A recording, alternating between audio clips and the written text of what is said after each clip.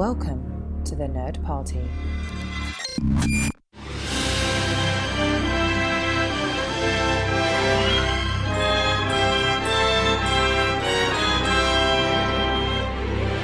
Hello and welcome to another special Between Takes episode of Missing Frames. I'm your host, Shawn Eastridge. Normally on Missing Frames, we watch all the movies we should have seen by this point in our lives, but lately we've just been doing these Between Takes episodes because they're just too much damn fun, and we do interviews with filmmakers, we do franchise watches, and that's exactly what we're doing right now. But before we get into the episode, let me just plug the Nerd Party real quick. In case you didn't already know, the Nerd Party is a network of podcasts dedicated to bringing you all things entertainment. So make sure to check it out at thenerdparty.com. Make sure you're following us at Join Nerd Party on Twitter, at the Nerd Party on Instagram. You can like the Facebook page. It's just the Nerd Party. But as I said, Between Takes has kind of become the haven for what one Aaron Prescott has dubbed the Franchyze Boyz. And the Franchyze Boyz are back to discuss one of the great franchises, the great bird of franchises. Is that the appropriate? The great bird of the galaxy of franchises? Is that appropriate? Yeah, I'd say so. Yeah, why not? So Franchyze Boyz are back, and we're going to be discussing the entire Star Trek film franchise. Now, this is such an epic undertaking. We have had to split it into 3 separate episodes. This first episode will focus exclusively on the original crew, that's Star Trek's 1 through 6. And let me just introduce, before I ramble on too much, our wonderful guest host. We've got Brad Gullickson coming back. Welcome back, Brad. What does God need with a podcast? Great question. I'm sure we will discover the answer as we plow through. And also, I've already mentioned him by name, but one Mr. Aaron Prescott. Welcome back, Aaron. Live long and podcast? I was going to go with not everyone keeps their genitals in the same place, Captain. Oh, man. Why didn't you? Should we just start this whole thing over and just edit make this room for make room for the genitals? That's what Star Trek's all about. So I think we should start. And Brad, because you're the one with all those genitals. You said the magic word genitals, so you said the magic word, so I'm homing it on you. Brad, tell the good people at home and share with us, your captive audience, how exactly did you discover Star Trek? Like, what was the big introduction for you? Well, the big introduction was Star Trek IV: The Voyage Home. I went with my family to see it in the theater.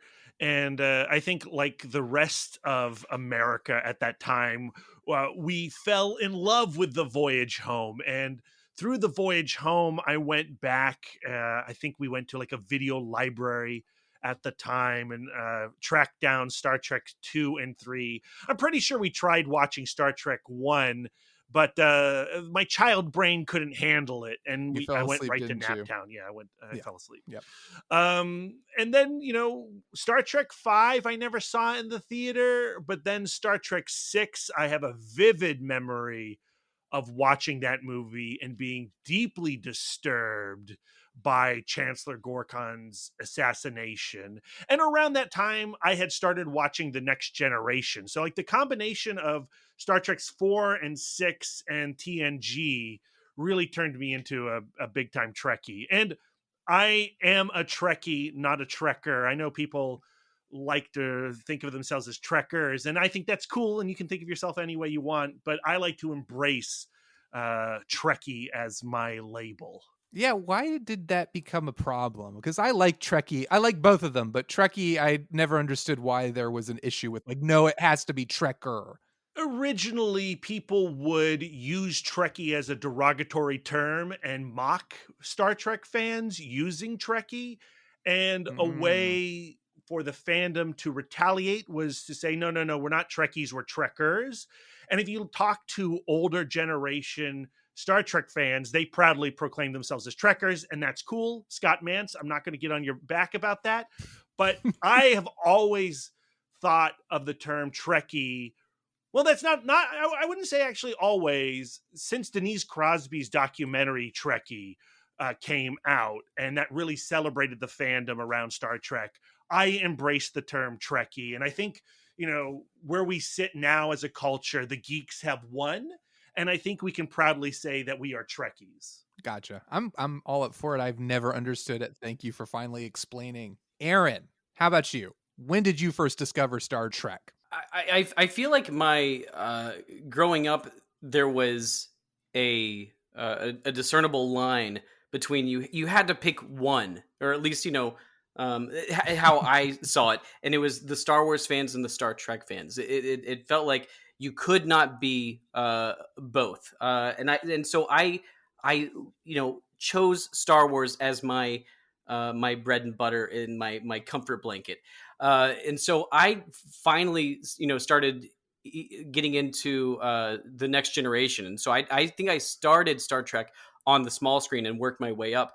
I do remember that Star Trek 6, The Undiscovered Country, was the one I probably saw the most. I'm not really sure why, but it was the one that I just vividly have a lot more nostalgia for than some of the other ones, and so I was kind of like a latecomer to this Star Trek fandom, and this rewatch has been a big kind of eye opener for me, and so I'm excited to kind of get back in there and talk about it. As am I, and I was introduced to Star Trek. Honestly, for the longest time, I was only aware of The Next Generation. That was what was on television and was the most mainstream Star Trek for me and my family. It was on all the time. I remember my parents liked it. My mom, who is not as I mean, I know it's hard to believe, but my mom is just not as much of a geek as I am. But she loves Star Trek, so it was something that was constantly playing in the house and something that we all sat down and watched together that I really enjoyed. And I didn't learn about Kirk and Spock and the original crew until I played the I think it was the Star Trek Nintendo video game, the 25th anniversary video game. And it was something like my cousins had it. And I remember like, oh, a Star Trek game. Who are these people? This isn't Captain Picard. Where's Data? And my dad was like, oh yeah, it's Spock and Kirk. You've never heard of them? And I was like, well, no, Dad, that's your fault. How dare you? You are failing me as a father. And so that was my introduction, is that video game. And I loved that game so much that I told my dad, I was like, I've got to see this original Star Trek that apparently exists and was out before The Next Generation. So my dad, again, as we've established, the amazing scholar and teacher that he was, we just went to the video store and he was like, I'll just grab this one. And he grabbed Star Trek 3, The Search for Spock, which was my first introduction to the original crew. The middle of the franchise, a direct sequel to a predecessor that requires knowledge of that predecessor to understand what the hell is going on. But I didn't care. I remember enjoying it at the time, but being very disappointed that the theme song in the Nintendo game, which, it was replicating the series' theme song, I was very upset that wasn't in the film. Even though James Horner music is wonderful, I was distraught that I did not get the Star Trek theme. But that was my introduction. Like Aaron, I very young, I was more of a Star Wars guy and was way more into those adventures. It was just kind of my style, and Star Trek was a little more talky. But as I've gotten older and I've watched the films and loved them, but also really gotten into the television series in particular, I think Next Generation really just kind of has blown me away as I've gone through it. We can be fans of Star Trek and Star Wars. We can be fans of the Beatles and the Rolling Stones. I hold them both in high regard. And I think Trek in particular, I've grown to respect a whole lot more as I've gotten older.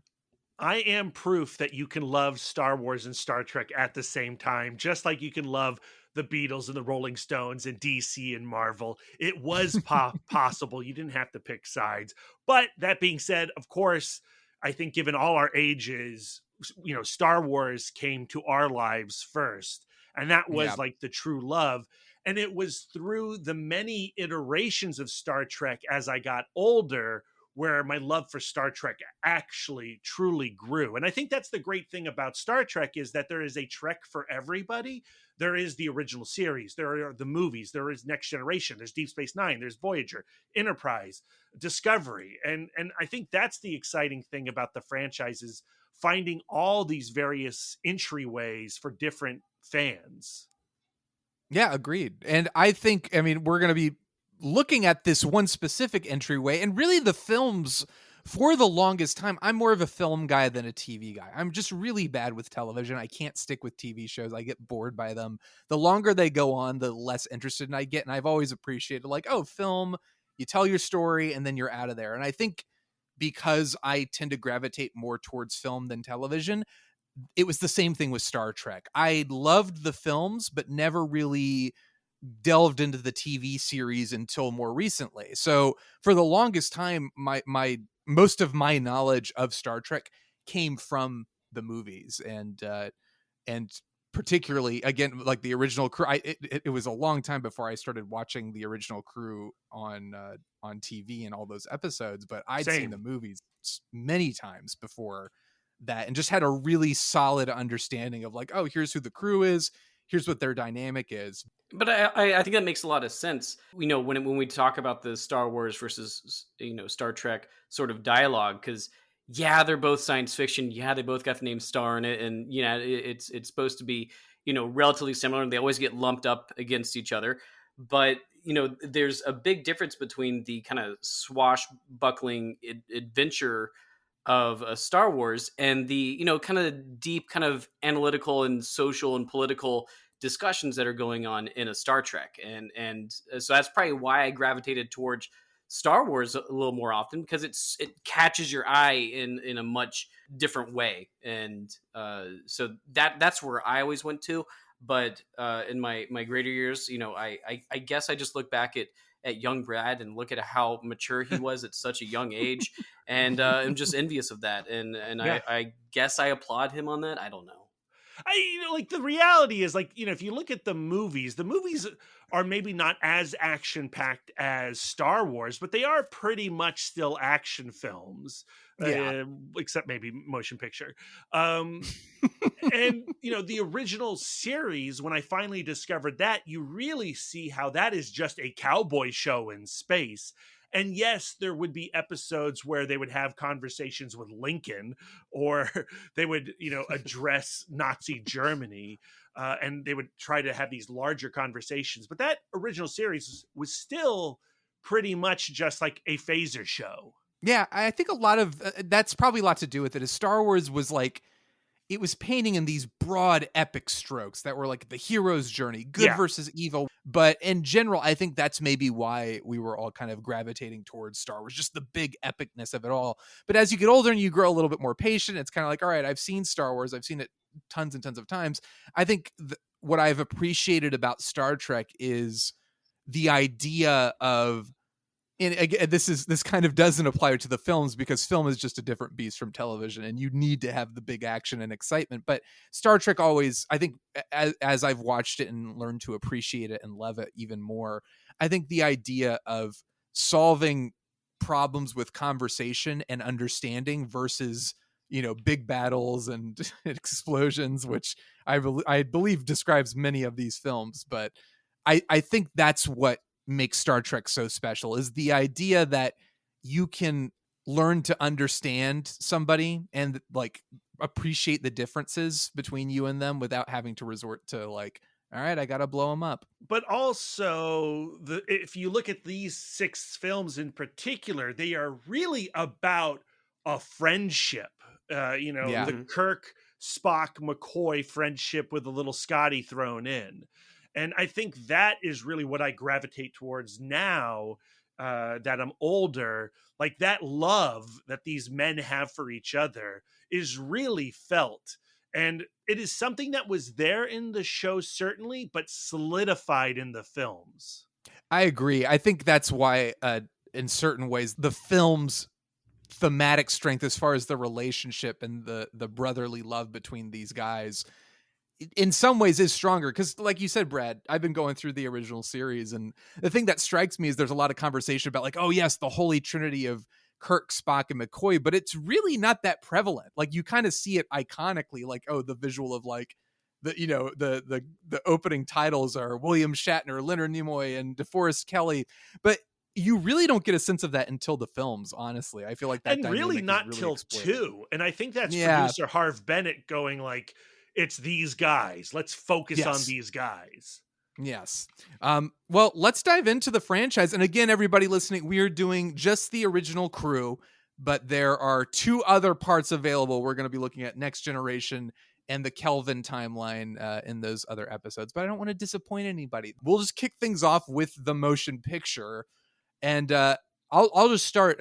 Motion picture, I remember seeing this as a kid, and I think it was I don't remember exactly what I know. Star Trek 3 was the first one I saw, and Star Trek the Motion Picture was the one that was available at the library. Now I completely understand why it was so readily available, why I could check it out almost every weekend and could watch it. But as a kid, it's funny. Star Trek the Motion Picture is the one rightfully so that has been called rightfully slow, because it is rightfully slow. It has been dubbed the motionless picture and all kinds of wonderful names that describe how boring it is. But it's funny, as a kid, none of that bothered me. I really, really enjoyed the motion picture, and I think it prepped me to enjoy films like, ironically, like 2001: A Space Odyssey, or even Ridley Scott's Alien, which is a little bit more slower paced and methodical. Star Trek the Motion Picture is clearly desperate to be 2001, but it's an interesting contrast to Star Wars. Of course, without Star Wars, this movie would not have existed. I think, as far as I understand, this movie was kind of rushed into production by Paramount when they realized, like, oh, we own the rights to Star Trek and we need a big sci-fi franchise. So instead of doing a new series, let's make it into a big movie. And I think that shows in the film itself. Returning to the motion picture now, especially the theatrical version, that was the version I watched, and I have fonder memories of the director's edition, which I think is definitely the stronger of the 2 cuts. But I don't outright dislike Star Trek the Motion Picture. There's a whole episode of Missing Frames where I watch it with Leah Hale and TC Paget, and I discuss it in detail. But I admire a lot about Star Trek the Motion Picture. I think it is a stunning looking film. It's grand in a way that none of these 6 movies are, because it had the budget to be grand.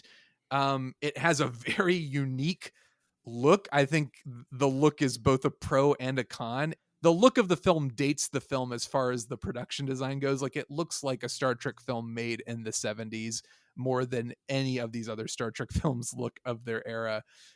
Even the one that takes place in 1986. But while I don't think it's fully successful, I don't dislike Star Trek the Motion Picture. But Aaron, what are your thoughts on this first Star Trek film? You said you outright don't dislike it. I outright like it very much. There's something about this movie that I'm trying to rack my brain as to what age I saw this movie, but I remember it being slow, and I do remember that it probably did, when I was younger, kind of put me to sleep. But it was like one of those like peaceful sleeps. It was like it just kind of rocked you. You just kind of were watching these beautiful images kind of float across the screen, and it was very there was an air of mystery to it. But it's funny because I was hoping for this series of movies to watch this with my kids. Now, I've watched the all 3 Kelvin movies with all of my kids, and so this one I was like, do I think the big kids? And I was mostly worried about the first one, and just grabbing their attention with it. And so one day I kind of had to like blitz through these and kind of watch them at my own pace. But when I first started rewatching them, my middle son Riley, he was home from school sick, And I said, do you want to watch a movie? And so I gave him some options. And one of the options was, well, I'm going to watch this for a podcast I'm doing. I got Star Trek, the first one, which he was interested in. I also gave him a fistful of dollars. And so which is a whole other franchise we have to discuss. Right. And so we started Star Trek, and we got about 50 minutes, about maybe an hour into it. And he kind of looks, and you can kind of tell like it was starting to wear on him a little bit. But he was like, do you think we could start the other one? And I was like, do you like it? He's like, I like it. It's kind of slow. He goes, it's really cool how they're not doing it with computers and all that stuff. Because I kind of give him, background on information, being a visual effects major and, having to talk about film all the time. I kind of give him a little bit of history on it. And so he was liking it, but it was a little too slow for his liking. And we started a fistful of dollars, and of course he loved it. But that's another story.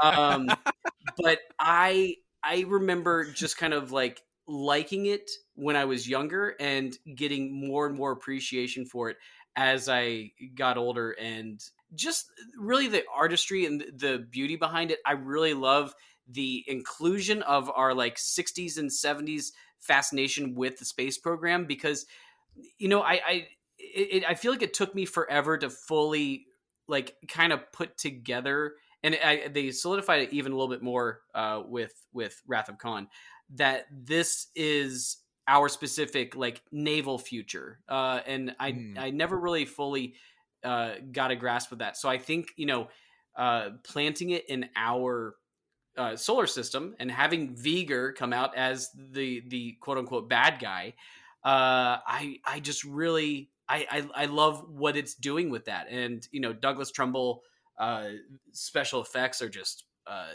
amazing to look at.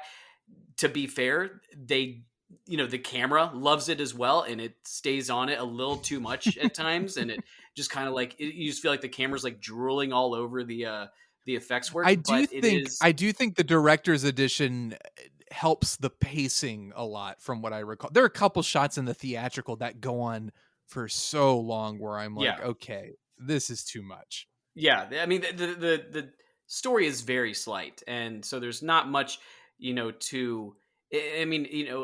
introduction to especially those characters. Like I said, my kids have seen the new age, Spock and Kirk and the whole crew, but getting an introduction that way, maybe it's not the best, but we tried, and it's not like he's completely written it off or anything. So he's ready to go back into him, but I kind of had to go on without him for the podcast.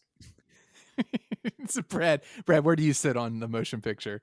This movie is great, and it's one of the best in the franchise. I was not a fan as a kid. I did find it slow, and I can understand why people would find it slow, because it's slow.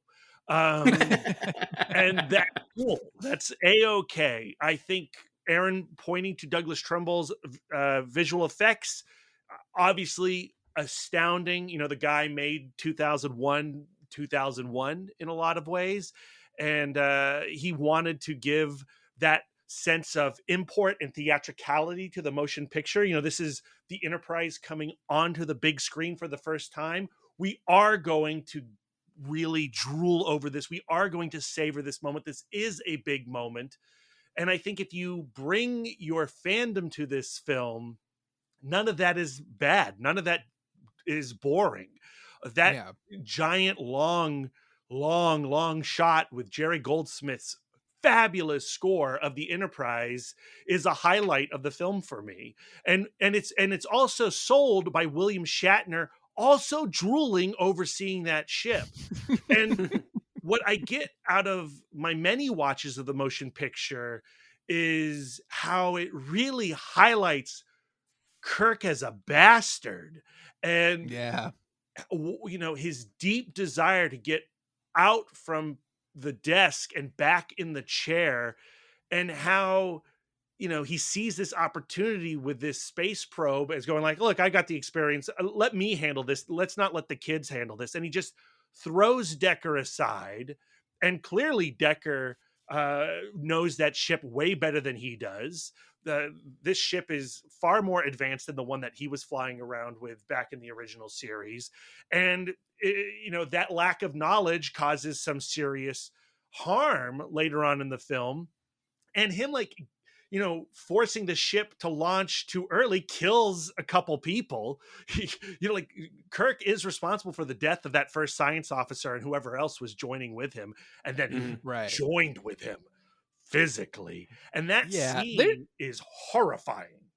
It is. There's a lot of the motion picture is a dark movie. I understand why it was so off-putting for so many people, because the original series, it's campy, it's fun, it takes itself seriously. Like, it's not like it's just constant joking, but like there's a heart to it that isn't necessarily in the motion picture. And I understand why an audience clamoring for a Star Trek movie, especially in the wake of Star Wars, it makes sense that this movie kind of fell flat on its face the way it did. But it also makes sense why people have come to appreciate it more, because I think for me what stands out about it is that unique feel, that kind of, like you said, Kirk's kind of a bastard. There's kind of a sense of these people are there's a sense of just like not outright despair, but there's a darkness to this film and almost a grittiness, as weird as that sounds, that isn't really recovered. Like it kind of becomes more swashbuckling in the later films to kind of keep up with the pace of what we want from a summer blockbuster.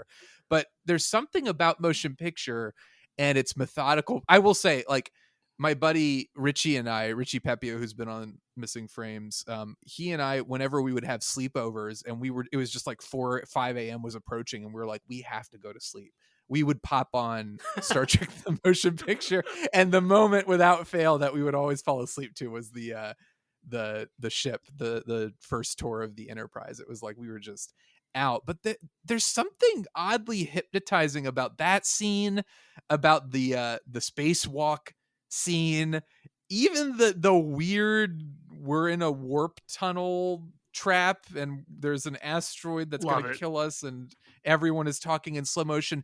There are things in this movie you never ever see hints of again in this franchise, and I feel like that's what makes it hard to dismiss the movie outright, and that's what really makes it fascinating to me, even though I think what it's missing is the heart. I think it's got good ideas, but really it's a compromised script. It's a compromised film production that holds it back, and it just was never going to be as great as it could have been.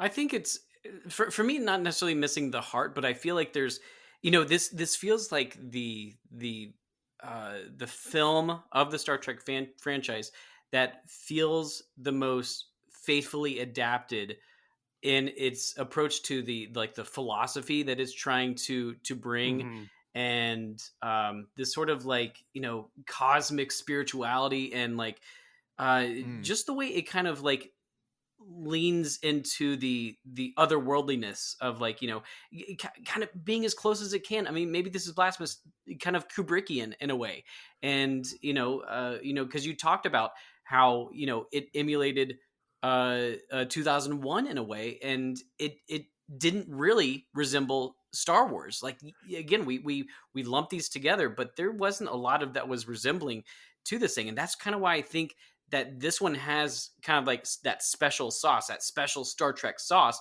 that Star Wars could never have. That it was, exploring questions and exploring this, our own fascination. I mean, it's literally about our own satellite coming back. We sent it out there to learn everything, and it found that the one thing it needed to learn was about its maker. And I just find that utterly fascinating, and you don't get that a lot in these big budget movies. And it is a very Trek thing. Like, I think to your point, even like if the spirit or like the heart, and I think a lot of that comes from Spock. I think because of Spock's journey in this film, I think a lot of people, the irony is Spock is relatively emotionless, but I think in this, because of Kolinar and him being very, very emotionless and purging himself of that.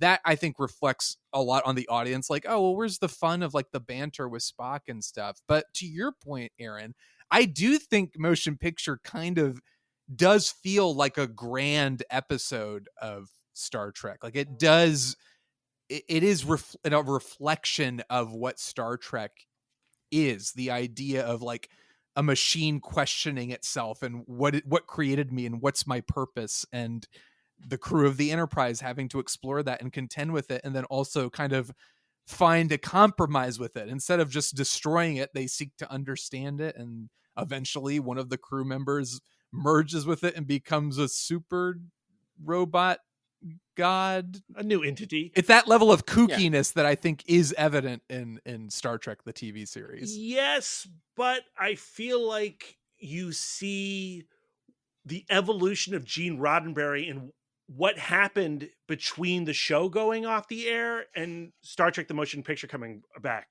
Because the motion picture does not feel like the original series. It shares some of that stuff like you're talking about. Like it is one of those episodes that is talking about the nature of man and what is God and what is creation and what is it to create.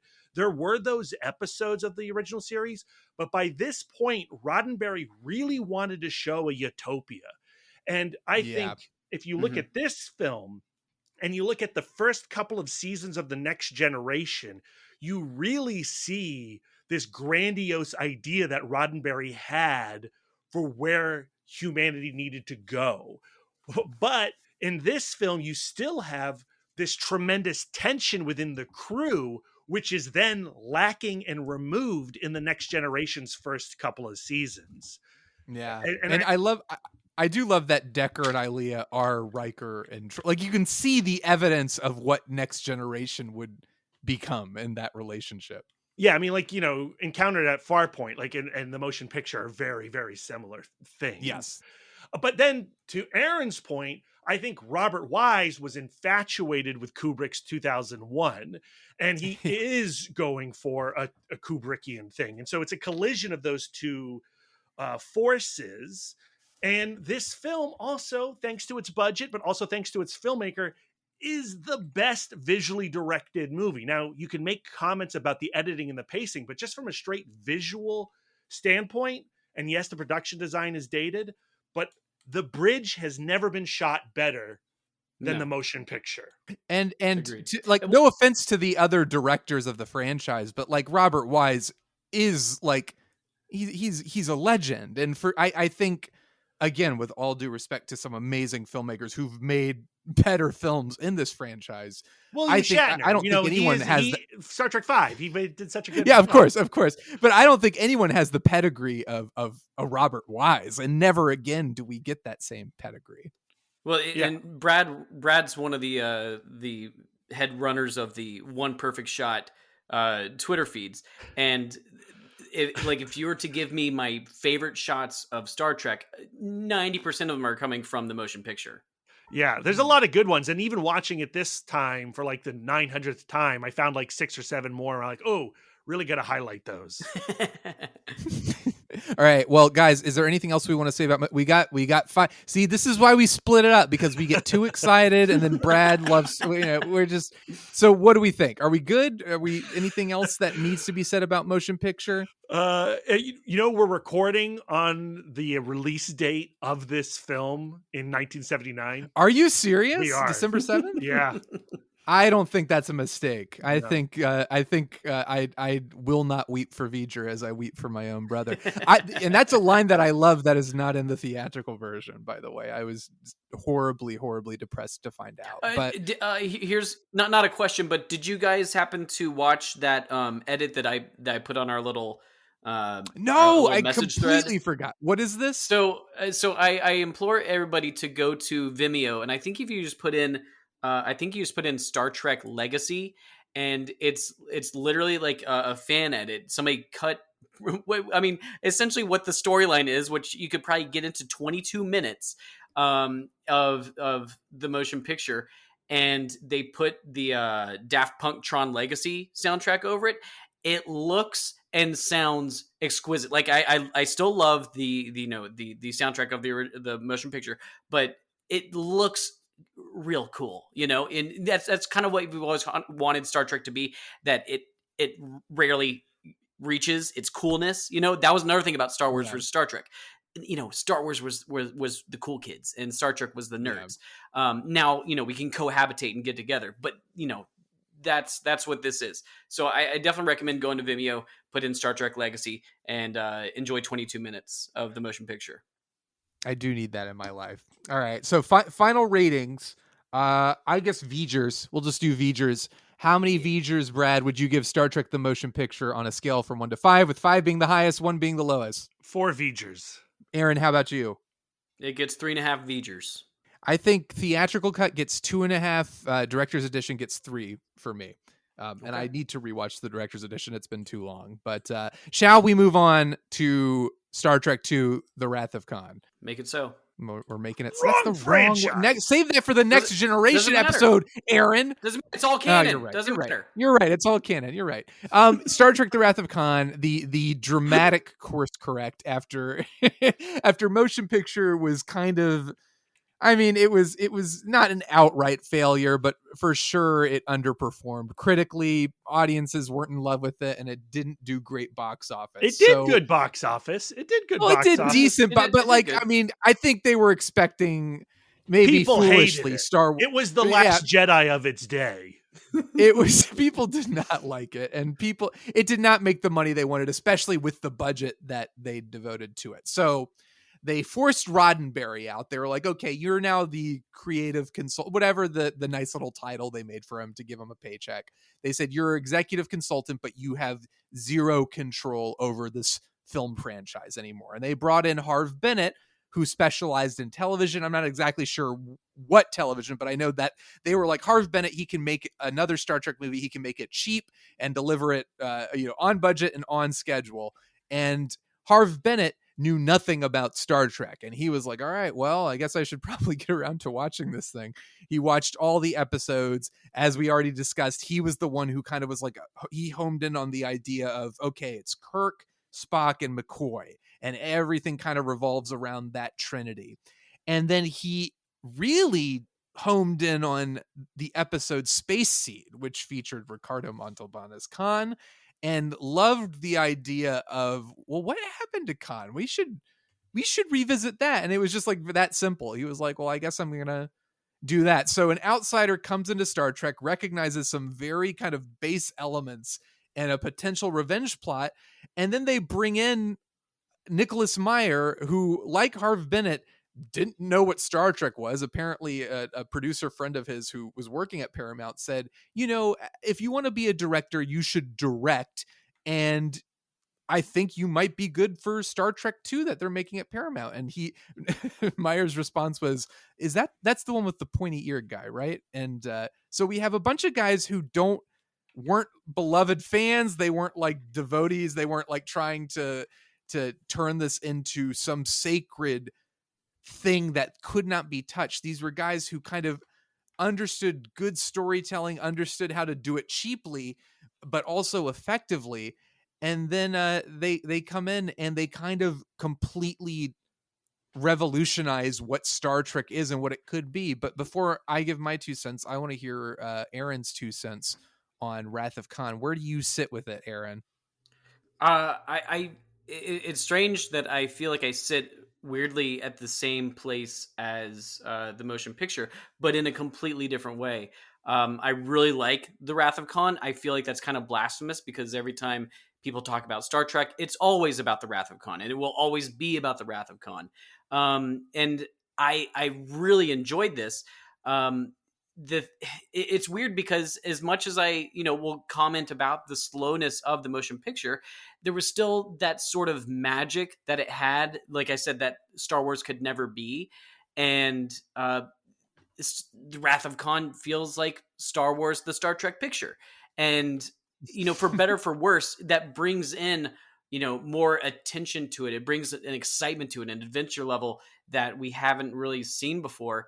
And of course that gets more eyes on it, which gives us more Star Trek. So how can I be that mad at it? And I'm not mad at it. It's just that it's a completely different flavor that I really enjoy. I don't necessarily love as much. I don't think it's as, it flows as well as some people. I think a lot of people look at the Star Trek series and they see how the Wrath of Khan sticks out from other movies, and they're like, of course it's the greatest, so 5 stars. I'm a realist, and so I look at these things with a certain critique. What a prick. That too. That's another thing that I do.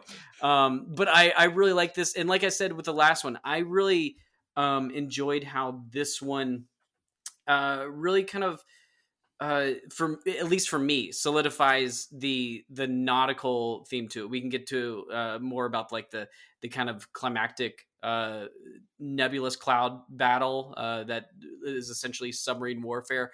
But there's like, captain's whistles and stuff like that I never really thought about it. I remember I went to a some sort of like, pop-up Star Trek museum that was in San Diego at Balboa Park one time.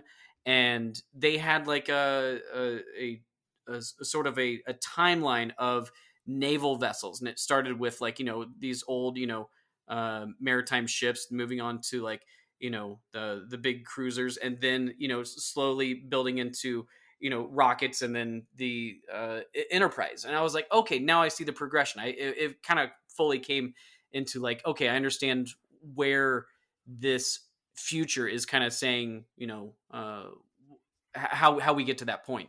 And I think Wrath of Khan kind of laid the groundwork for that. At least for me, it did. But I had a lot of fun with this one. Aaron, you lost me at Star Trek 2 is not the best Star Trek movie. But Brad, I want to hear from you. No, Brad, I didn't say that. I didn't say that. Okay, all right. I said it's not a perfect one. I think that Star Trekians, when they say it's the best one, they automatically say, Wrath of Khan, 5 stars. This is a perfect picture. And I'm here to say it's not perfect. It's great, but it's not perfect. Brad, what do you think? I mean, it's perfect. See, there we go. But when people say that, what Aaron gets right is that they are confused because they forget that every other Star Trek film but Star Trek 2 is trying to be Star Trek 2. And in a lot of ways, Star Trek 2 ruined the franchise. That is exactly what I'm trying to get to. 100%. But that being said, I think that it is a masterpiece. It's one of my all-time favorite films. The reason it has all that Navy stuff in it is because Nicholas Meyer wanted to make a Horatio Hornblower film, not a submarine warfare film, but a Horatio Hornblower movie. And he succeeds in doing that. But all like, the plot is not the interesting thing to me. It's the character work. I do dig this reverse revenge story that Ricardo Montalban is living, but I love the terrified over the hill storyline that Kirk is living. And watching the motion picture and Wrath of Khan back to back, what I got a real kick of is at the beginning of the film, when he tells, after the Kobayashi Maru scene, which is a great scene, obviously, after that scene, he tells his crew, like, galloping around the cosmos is a game for the young. And they're like, what does he mean by that? And I just imagine, how would Decker respond to that? You just kicked my ass off the Enterprise and forced me to become a space god, and now you're telling me you don't want the chair, and you think you're now too old for the chair? I found that to be really, really enjoyable. But the best stuff about Wrath of Khan are those sequences between Kirk and McCoy in his bedroom, and McCoy's like, why are we treating your birthday like a funeral? And he gives him the glasses. And then, the death of Spock, like, if you don't cry during the death of Spock, you're probably not sentient, and you're probably part of V'ger, and we got to watch out for you. And, the bagpipes. And at the end, when he's like, how do you feel? Like, I feel young. The gift that he suddenly is given because he realizes the importance of life now that he's lost his best friend, and he recognizes the sacrifice that his friend did. And now he has to live up to that sacrifice. He really has to reclaim his humanity or his sentience, not to be racist, his sentience, as a Terran. Yeah, I think it's really awesome. I think it's a really glorious movie. And then like the James Horner score, yeah, so what? He's like redoing his Krull score Battle over Beyond the again, Stars. but it's still good. Oh yeah, Battle Beyond the Stars. It's all those early James Horner scores. It really you watch like is. Sorceress. It's the same score. I'm with Brett, and again, I'm teasing Aaron, and I know you enjoy this movie, but I really think the reason I agree, I think Star Trek 2 kind of broke Star Trek, but in a great way. It really just broke the film franchise because almost every film has tried to be There's this exceptions. thoughtful. There's exceptions. Yeah, there are for sure exceptions, but I think there's a reason why Star Trek Into Darkness was just like, oh, let's just do that again. What else can we do? Wrath of Khan, I think the reason it is a great film, and I'm spoiling my ranking, but why I think it is the best Star Trek film is because it starts from the ground up of what is the story we're trying to tell. What Brad mentioned, the idea of a man who has avoided confronting mortality his whole life, has avoided responsibility as far as like, oh, he has a son out and like that he doesn't know. He's cheated to avoid death, quote unquote, and has always managed to do it throughout his entire career. But what happens when you have to face your mortality? What happens when it comes knocking on your door in one of the worst possible ways, when you have to lose a loved one in order to gain your life or to save the day? And I think that's a really profoundly moving story. It's why I point to Star Trek 2 as such a great film. Beyond I think for sure it has shortcomings. I think I mean, the budget is significantly lower than Star Trek the Motion Picture, so there is a kind of, I don't want to say cheapness to it, but it feels a little bit more like you can kind of see the seams a little bit more, even though I think the battles are super exciting. And I would say like those seams and the budgetary cut, I see a lot of that as positive. And like, I wouldn't necessarily say like those are negatives. I wouldn't knock its ranking because it looks a little cheaper.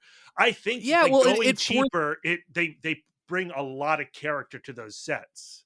That's exactly it. It forces them to think creatively, and that really comes through in the story. And I mean, Ricardo Montalban is just a great villain. Khan is a great villain, and the showdown, I just love the way they outsmart Khan when it seems like he's got their number, and coming up with the code and lowering their shields is such great filmmaking, so fantastically edited and so well done. It's exciting in a way Star Trek hadn't really been up to that point. And but I think what really, really makes this film special is the death of Spock, is the idea of Kirk having to confront his mortality. And like you said, Brett, just the ending of him saying, I feel young. And the idea of like, this was just a self-contained story in which there was an emotional journey for our character that I really, as much as I love this franchise, I don't think they ever quite reach that level of fulfillment in terms of like just a contained story that tells a complete, like, strong thematic arc for its characters. And I think that's why I love it so much. What I enjoy so much about the films is how they allow Kirk to be a deeply flawed human being. And even though he, has moments of epiphany and growth, he is still constantly battling his own meanness, his selfishness. And this is one of those movies where by the end of this, he does get pulled out of that meanness a little bit, but he has to relearn that again in 3 and again in 6.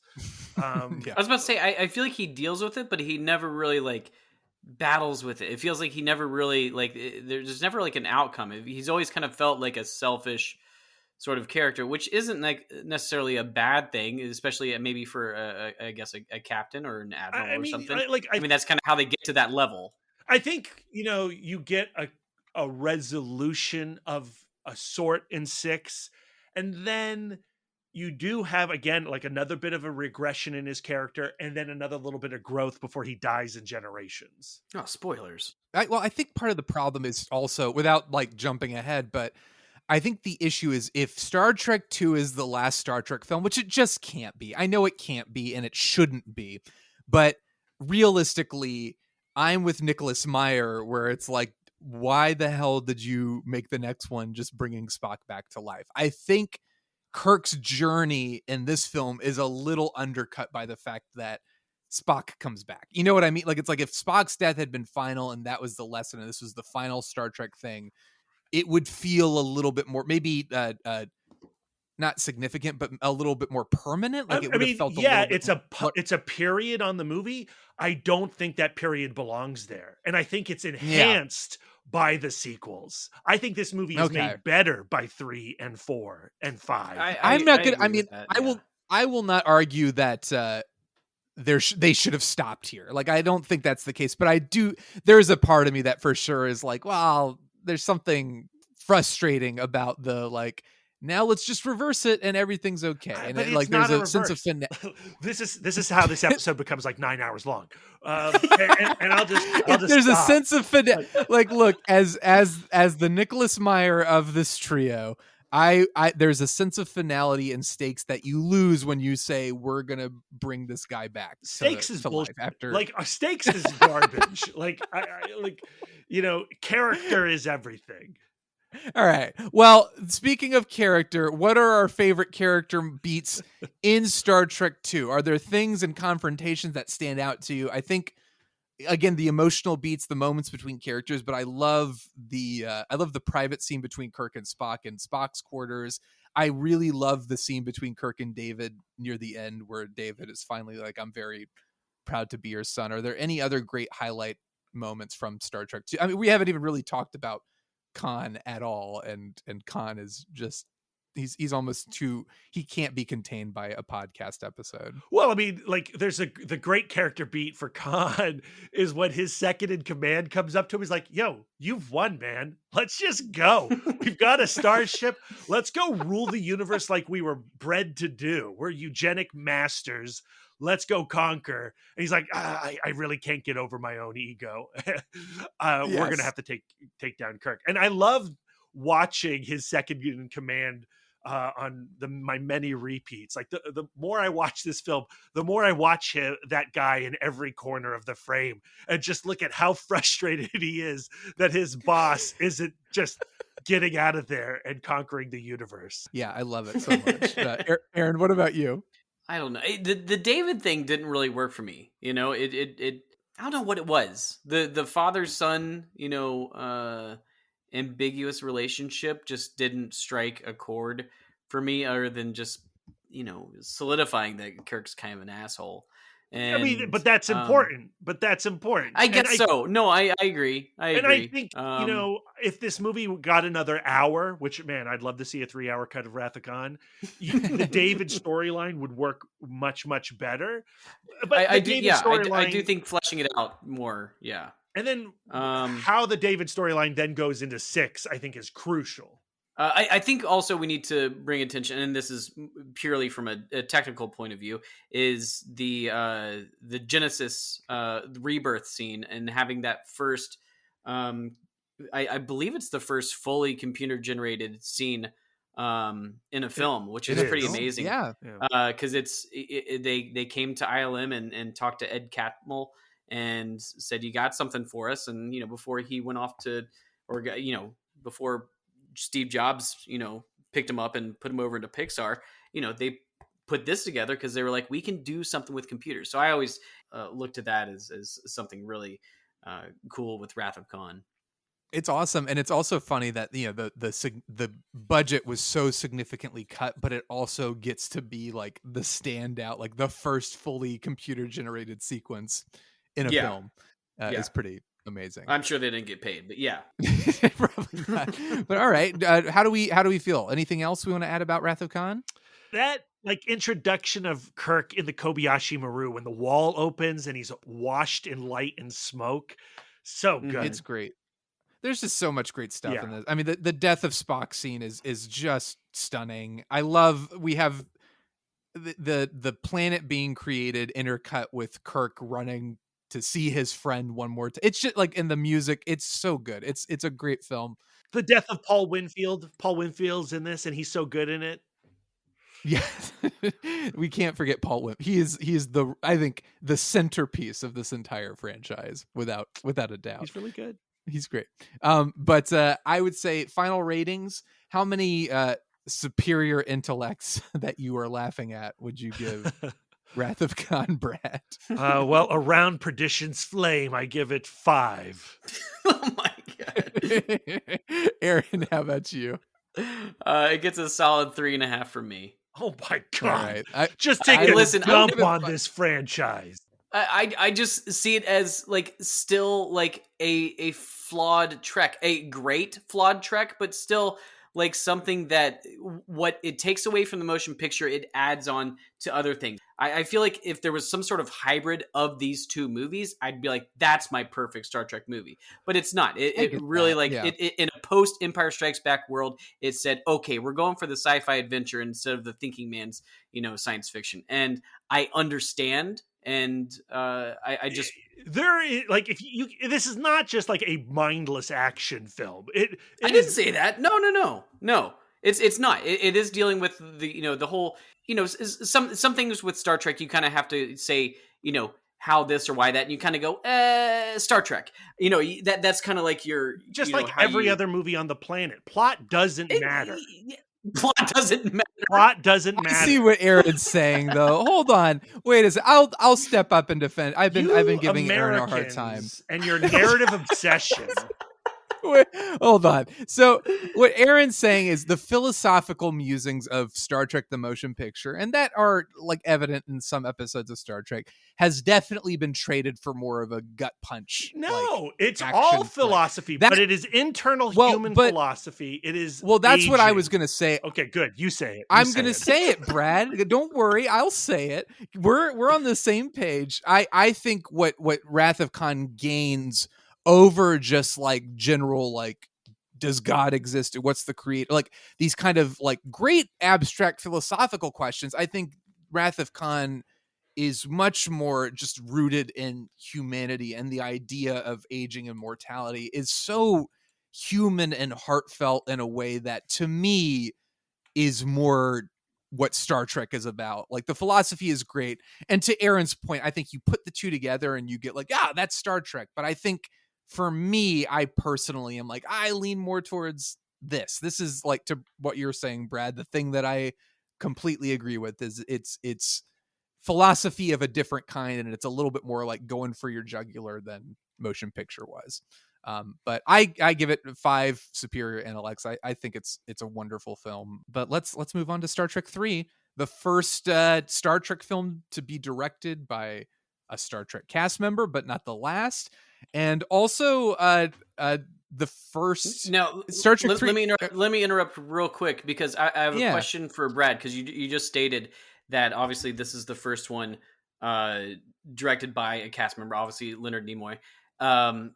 And Brad was because from what I remember of The Wrath of Khan is that the initial ending didn't have the mind meld and saying remember, and then when the everybody freaked out, they were like, oh, we have to kind of redo this to give us an out, in which Leonard Nimoy signed on to Wrath of Khan because he was going to get a death scene and it was going to be the end and he didn't want to come back.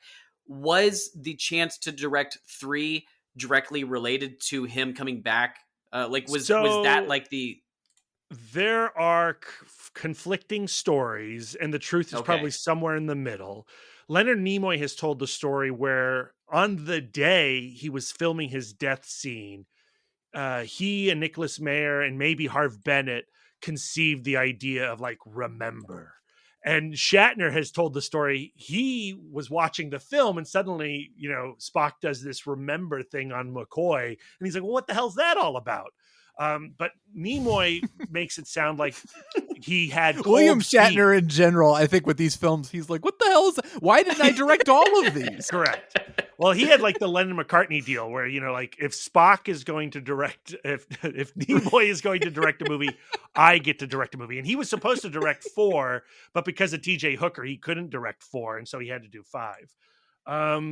But I also think that I would not be surprised if there was a test audience response to the ending that they needed to leave a little more open mystery. But that's what my understanding was, is that they screened it for test audiences without the tease, and the audiences were so devastated that they were like, we can't end the movie like that. And Nicholas Meyer did not direct the Genesis planet stuff at the end of 2, where you see the torpedo lying very snugly on the forest floor. Yeah, I believe that was an ILM shot.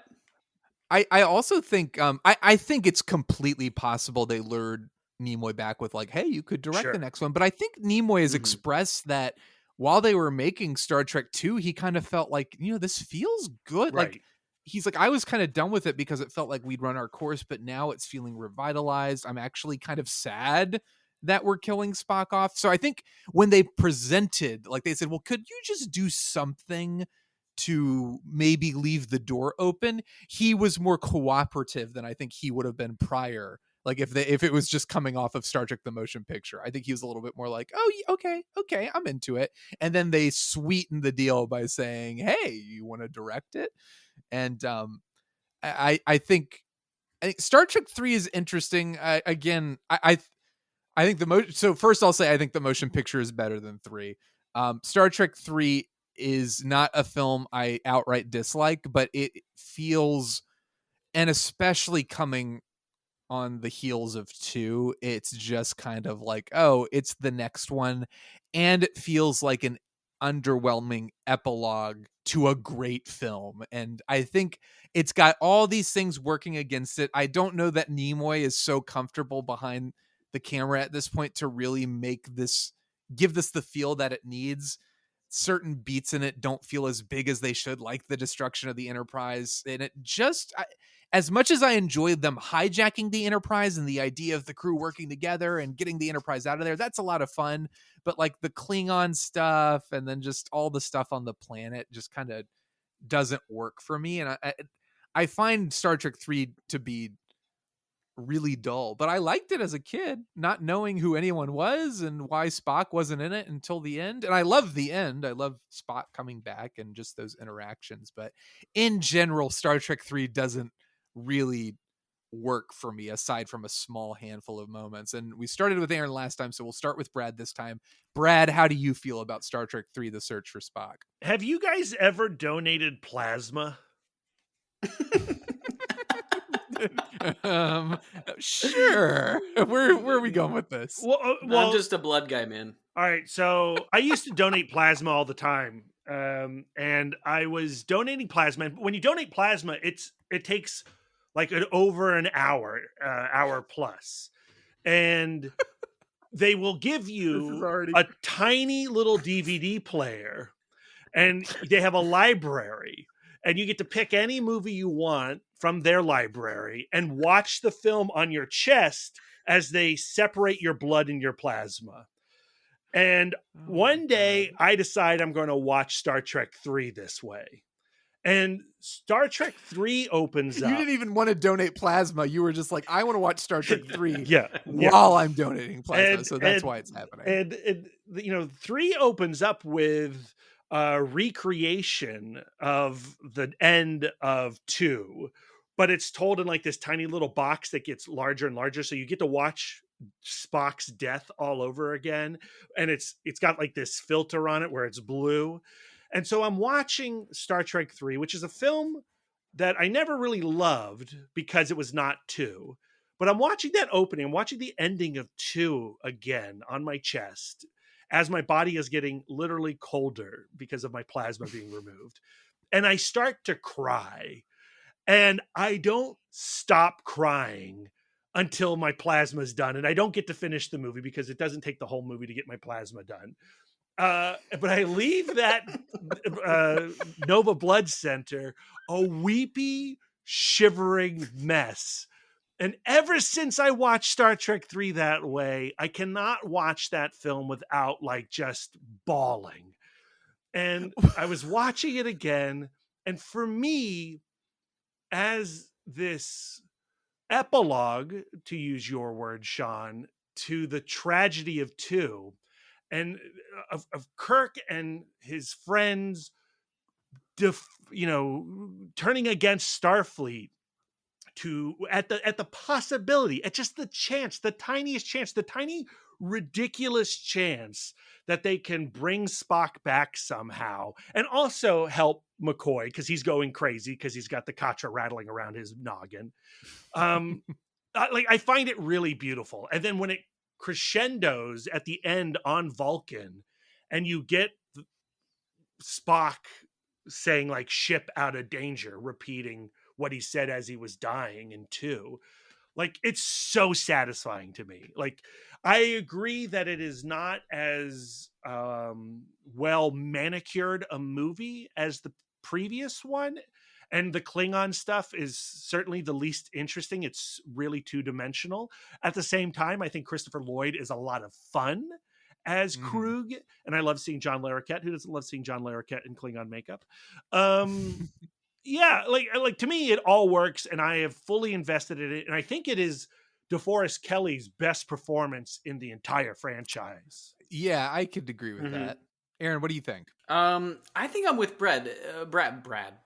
Not so much on the plasma level sadness and losing consciousness, but I there was something about this movie I kind of enjoyed. It does kind of have like the I don't know. It feels like a step down. Like they, some of the sets, especially when you get to Genesis, feel kind of like it's like just a real, like somebody went and just bought like the cheapest plants they could find to like. It's got some rad matte shrubberies. They could just. What's that? Rad matte paintings. They did have some rad matte paintings. But I do. I like the camaraderie between our holy trinity of the Star Trek crew, and of course they're not together in this, but it's in search of the third piece of this puzzle.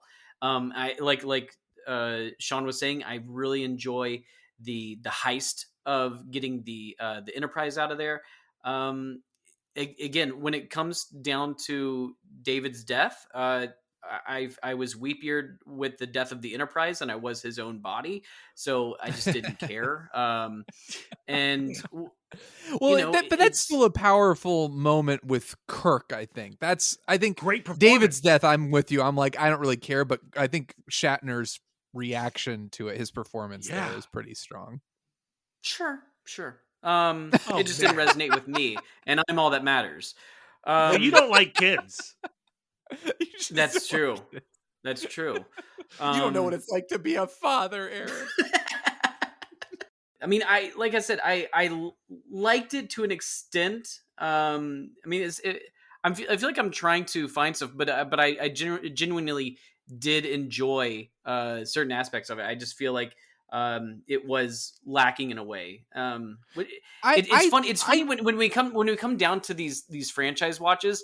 I always kind of like, I have this kind of inner turmoil of, when I'm immediately thinking of ranking something, I think of my star rating, and I think, am I putting the star rating based on how I felt about the previous two, how I'll feel about the next coming up, or how I like films in general? And so I have this moment of crisis, and I'm just gonna go weep in a corner right now because I don't know about life. I was gonna say, are you getting your plasma removed right now? I'm right this moment. Definitely don't podcast and donate plasma. Don't do that. I think I agree with Brad. There's almost, this is too much to ask of what this film was capable of doing at the time, but there's a version of this that is more specifically focused on the crew and how they.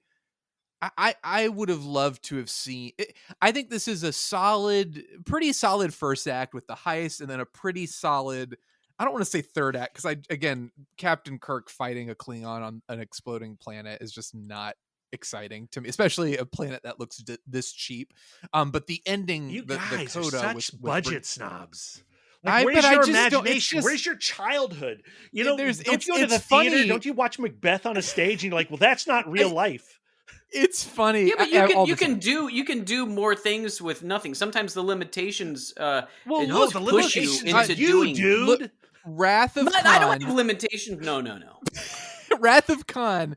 Kirk and Khan never come legitimately face to face with each other, and their showdowns are so much more exciting than this stupid fist fight with the Klingon, Christopher Lloyd. Who I've is had fun, enough but of you. yes, there is. You do get that great line, but I think there's a version of this movie. What I'm trying to say is this movie doesn't have a compelling second act. It's basically kind of floundering, and I would have liked to seen the version where like the crew is really unite. Like to Brad's point, there is this touching notion of like the crew is fighting, doing everything in their power to get their friend back and to rescue their friend. I love that, and I wish we'd focused more on that, like just the crew working together, because it's Kirk and McCoy and Scotty, but then it's like it feels like the rest kind of disappear for a little Well, bit. Nichelle Like, the Nichols whole literally movie, leaves and does not come back. yeah, I just wish we Yeah. could have spent, maybe there's a little bit more, like some more character beats, like, oh, Spock, I remember when he Well, did this the and, one like, we were thing friends. the one thing I will give Leonard is that I don't think he's a great director, but I think he's he's not a selfish director, and I say that willingly, knowing who is directing Star Trek #5. And There is a sense of, yes. Yeah, I mean, it's a search for Spock, and it could have had more Spock, even if it wasn't him, even if it was some weird kid with growing pains the entire time, moaning and doing who knows what. Yeah, for the who knows how long, an unfortunate amount of time.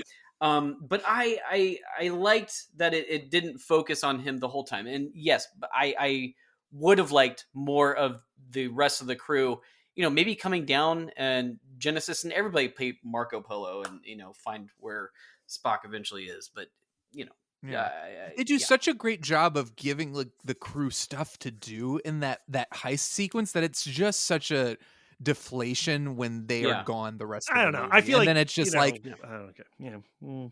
I Star Trek 3 to me is just like it's kind of an underwhelming sort of sigh, and the whole point is like, yes, they're gonna find Spock, they're gonna bring him back. So by the end, it's kind of like, all right, well, now let's get on with it. Oh man, you're driving me crazy. What I wish the film did was sell the loss a little bit more, because to get Spock back, Kirk loses his son and he loses the Enterprise. And I think there could be a little more attention paid to the loss of those two things. And maybe they could have lost even more, rather than like, there's no sense of sacrifice. Away. These are two huge things. Yeah. The Enterprise exploding, which is, I love the shot of them watching it. And it does feel like you do get that kind of emotional resonance, but it's kind of like, all right, well, let's move on. And that's a big moment that feels kind of undersold. Well, I think they sell it. I think that sequence is fantastic. And I love when the Klingons board and they're going through the red hallways and they're like, the computer's the only thing talking. He's like, get out of there. I love all that stuff. And I think that totally works. And them watching the falling star of the Enterprise is so good. And Shatner sells that line of like, what have I done? I just think there could be like another beat or two there after the fight with Krug or whatever the hell his name is, or before the fight with Krug. But at the same time, having now watched these movies a bajillion times, I think I do a lot of that contemplation myself. And as presented, it still emotionally works for me as a fan of these characters. Anything else we need to add about Search for Spock? This is the only other thing I'd like to say okay. is that go for it. By being a direct sequel to 2, and then it creates this idea of like, well, there's a cliffhanger ending where we are all aboard this Klingon bird of prey that we then have to like wrap up in 4. So with 2, 3, and 4, there is a sense of progression in the crew's lives that we never really get in the other franchises. And I wished that the Next Generation would send Riker off to the Titan earlier, or, disperse the crew. in a way that Mm. this series does. Like when, we get to 2 and Chekhov is hanging out on the Reliant with Paul Winfield's Yeah. character, like there's a real sense of time and distance between all these people, so that when they do come back together, it's heightened even more. And I love that 2, 3, and 4 kind of offer that to the franchise, and I wish that the other movie franchises did that as well. I hear that. Yeah. Well, all right, let's do Exploding Enterprises as our final rating. So, Brad, how many Exploding Enterprises would you give Star Trek 3 Search for Spock? I recognize that it's not as good as the last one, and it is a flawed film, but it gets 5 Exploding Enterprises for me. Oh out of 10? Out of 10? Out of 5, sir. Out of 5. Aaron, how about you? I'm giving this 3 Exploding Enterprises. And I will give it 2.5 Exploding Enterprises. And that moves us on to Star Trek 4, The Voyage Home. I'm partial to this one because it was released the day before I was born, November 26th, 1986. It is as old as I am, celebrating its 35th anniversary this year.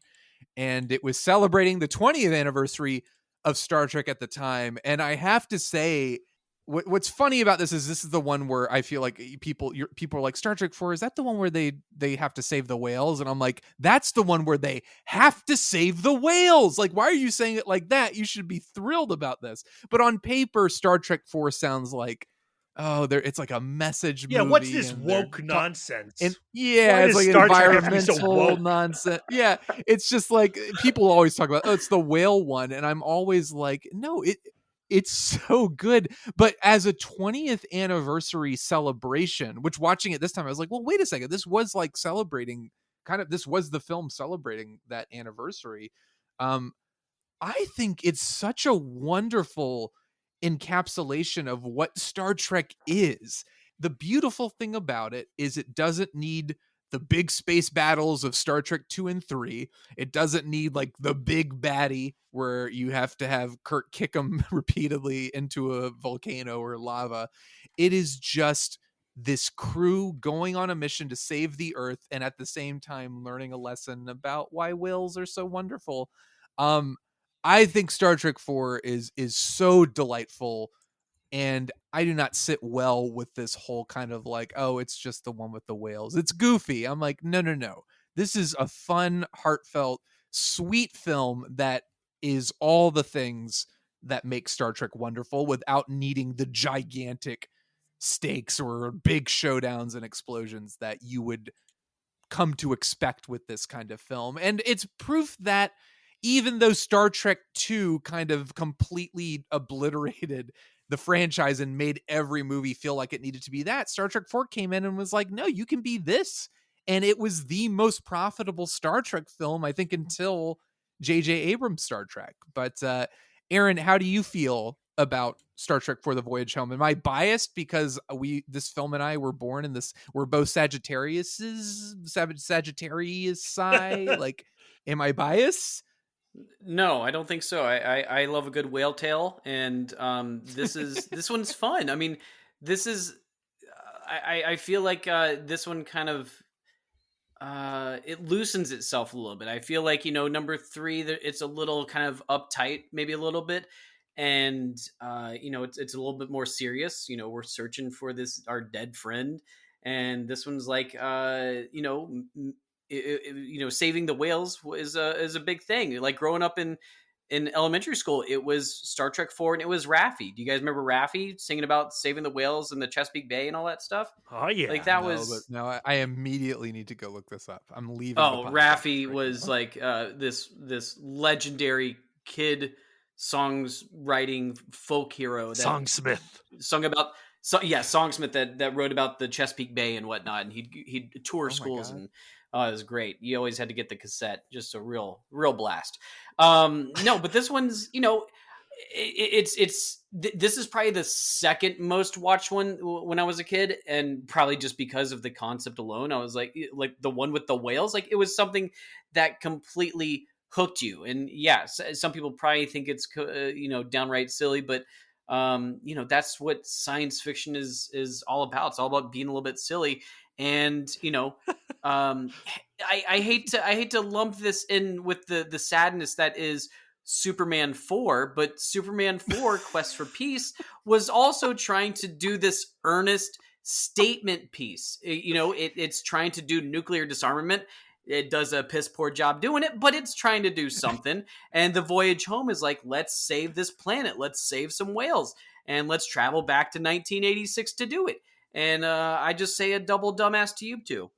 I think that's why, though, the 1986 stuff is why it works. It's why it doesn't come across as preachy. It's because there's this sense of they're all fish out of water. It's so zany, and it's so much fun watching them trying to contend with what was a modern day at the time. I think that's why, because the sense of irony and the sense of humor it has about itself, and it's willing to poke fun without flat out insulting what Star Trek is, I think is why it's a smarter film than I think maybe some people give it credit for. But Brad, how do you feel about The Voyage Home? I agree with everything you just said, that last paragraph. Like nothing else. Nothing else. This is the Star Trek film when I was a kid that everyone watched. It wasn't Wrath of Khan. Like back in the day, this is the one that your non-Star Trek friends would love, because it is a comedy, because it is a delight. It does do this thing where it's making fun of not the Star Trek characters, not Kirk and company. It's making fun of us, the audience, the imbeciles who are killing the planet by hunting animals to extinction and using nuclear power. We're the ones being mocked, as we should be. And that's the delight of Star Trek: The Voyage Home. Yeah, and it also has these really great, there's still this running thread of Spock kind of rediscovering who he is and his relationships to everybody, and there's a lot of comedy to be mined from that.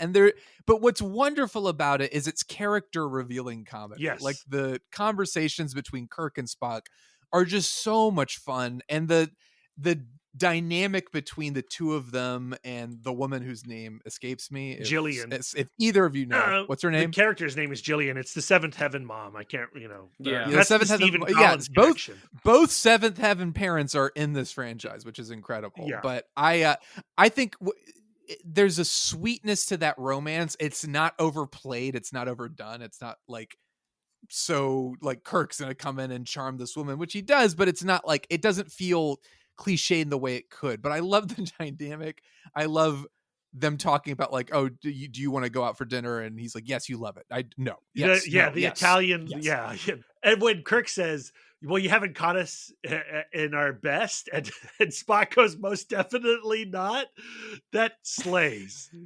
Bravo. It's so good. And the scene on the bus with the punk guy and Spock knocks him out. Yeah, which connects us to the MCU. Did you realize that Star Trek 4 and the Star Trek franchise is within the MCU? And connects us to the Muppets. And the Muppets. I did not know this, but I am happy, and I need to understand. The punk rocker in Spider-Man Homecoming, the scene where the guy's like, hey, Spidey, do a flip. Well, not the guy saying that, but the guy standing next to him carrying the boombox is the same actor. Oh my God. Theoretically the same character. I love it. Well, I love everything about the heart of this, the stakes that are, technically the world, they're saving the Earth. So the stakes are high, but in general, it's a low stakes film that is fun and funny, genuinely funny. Chekhov asking where the nuclear vessels are. Yeah, what is the fist fight of this movie? The fist fight of this movie is this comical escape from the hospital. Oh my gosh, with the goofiest music. Oh man, it's the score for this music sounds like Christmas, because the movie is Christmas. It's a joy. It does. It feels like a very special Christmas episode, and I think this one is a ton of fun. And I was gonna ask Brad, what is the Star Trek, history with time travel? because obviously within the movies, this is the first time. Yeah, they've done that time it's travel used. before this. You know, like the most famous Star Trek time travel story that from the original series is The City on the Edge of Forever, where they have to let Edith Keeler die so that Hitler doesn't take over the world. Because I guess my only problem with that is that this seems like a very easy, like as long as you have a starship that can do warp Go around whatever. the sun. Yeah, it's like, oh, that's how you do it. It to seems me, like I wish like Star Trek would just invent time travel so they can stop making up silly excuses for how to do time travel. yeah, Right. yeah, Yes. Like, yeah. You would think that would be Just possible, go but I get guess Doctor not. Doom's time platform, get it over with. Let's not worry about it. I mean, look, I want to give Star Trek V ample time for Brad's sake, but I think Star Trek IV encapsulates so much of the spirit of Star Yeah. Trek. It does it in a way that mainstream audiences could enjoy and latch on to, because it's winking, but not in an obnoxious way, not in an insulting way. It is deeply respectful of Roddenberry's creation. It's a celebration of it. And on top of that, it manages to do all these things while enriching character without needing the high stakes that we were starting to think this franchise was desperately needed in order to succeed. So I think on many, many levels, Star Trek 4, there is an argument that I will not make, but it's certainly, I think, one of the best. But I think there's an argument that Star Trek 4 is perhaps the truest to the spirit of what Trek is, I think. Well, I think another thing that it has going for it is that the rest of the crew has legitimate things to do. Yes. Sometimes, a lot of the times it's left to, mostly just Kirk and Spock. But every team kind of has their own thing to do. Scotty gets to go talk to a computer, and computer. hello computer, and Uhura and Chekhov, get to go steal something off of the Enterprise, the original Enterprise. And I love McCoy, his reaction to 20th century medicine and saving that poor woman. Dialysis. What is this? The Dark Age? Like, this stuff is it's so good. It's so he just good. like gives her a pill, doesn't he? And then they and she's cured. It's just Scotty gives them the formula for translucent aluminum or something. Transparent aluminum. Yes. What a wonderful, wonderful, delightful movie. Here's the thing, though. Like, can you imagine this film if they had cast Eddie Murphy like they originally wanted to? Wait, who? What? Eddie Murphy role? was going to be in the Jillian character. No, Yes. no. Oh. I love Eddie Murphy. He's great, but the reason that that would have killed it. That would have made it like agree. It would have been Superman 3. That would not have worked at all. Do you know what movie he went and made instead?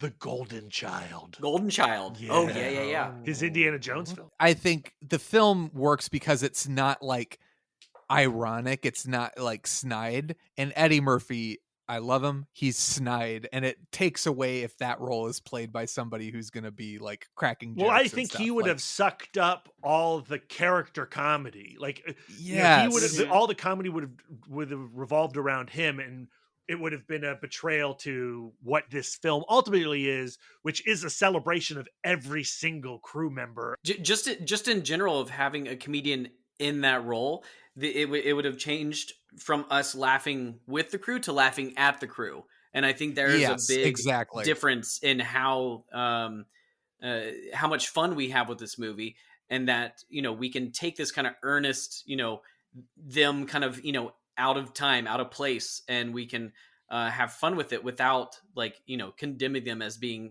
these out of touch goofballs. Final ratings. How many the hell your whales would you give Star Trek 4? I give it 4.5. Brad, how many do you give it? I give it 4. Aaron? I give it 3.5. Gosh, so many 3.5. He doesn't even like Star Trek. I know. Yeah, do you even like Star Trek? What's going on here? Well, listen, I'm not gonna fake my love for something that I don't fully feel yet. I'm not gonna fake my love for something that I don't love. Well,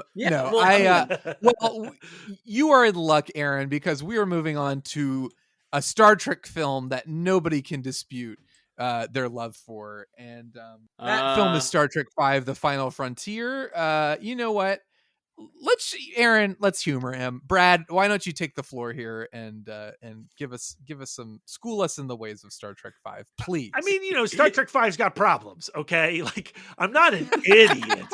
Yes. All right. Yes, it does. Yes. Okay. Let's just get that out of the way. Like, okay, all right. And maybe it is the worst of the original series films. I would still take it over a few of the next gen movies, frankly.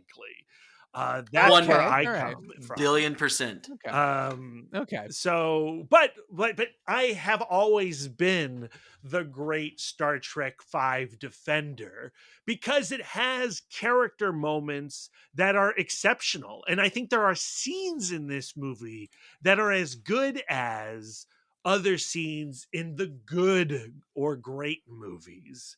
I think that the campfire opener and ender is really solid. I actually think Lawrence Luckenbill as Sybok is really good. I think he does a really good job with the role that he has. I think the sequence that really sells the movie for me is Sybok getting into the heads of McCoy and Spock and trying to get into the head of Shatner and seeing the hurt that is inside those characters and how this pseudo spiritual solution that Sybok offers McCoy and Spock is really enticing. And if that's what's going on in the heads of every character, it makes me a little more comfortable with the brainwashing aspects of the other crew members and the other characters in this film. So that's all the stuff that I like. Okay. Yeah. Fan dance. All right. I kind of like that too.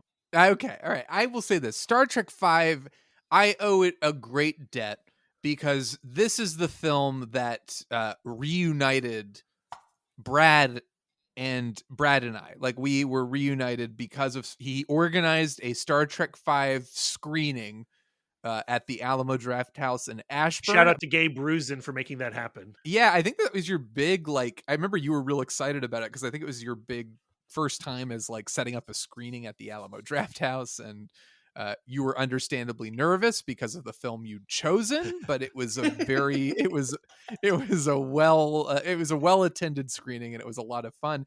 But I think more importantly, that's what kind of you and I got back in touch with each other after we'd worked together at Barnes and Noble, and then we kind of split off, and that reunited us and got us into podcasting together. That opened the door for that. So at the very least, Star Trek V it's a great unifier.